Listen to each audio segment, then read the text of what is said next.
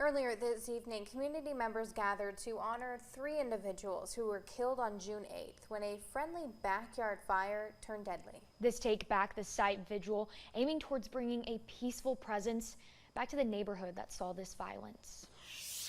This is holy ground. We're standing on holy ground. The Take Back the Site vigil honored 43-year-old Daniel Kremnitz, 34-year-old Michael Thompson, and 43-year-old Kelly Reeves. It took place on West 58th Street and South Drexel Drive. Representatives from Pax Christi saying this was the biggest vigil they've hosted, with over 50 attendants. They could see all the people that came for their loved one.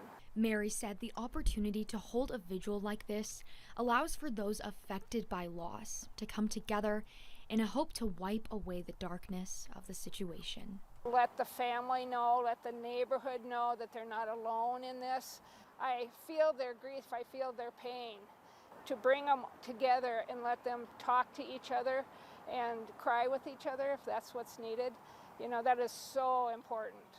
The event saw family and friends, even those on all 4 legs, to honor the 3 victims of the June 8th homicide. One individual in attendance was there to represent the Kremnitz family, who were unable to attend because they were at the visitation of Kelly Reeves. We had Dan's service on Saturday. They're now being there to support another family that they did not know. Julie explained that her family had always been close with the Kremnitzes. Her daughter even lived down the road from where the tragedy took place. It's a domino effect of the impact, that one senseless act had the impact on so many people.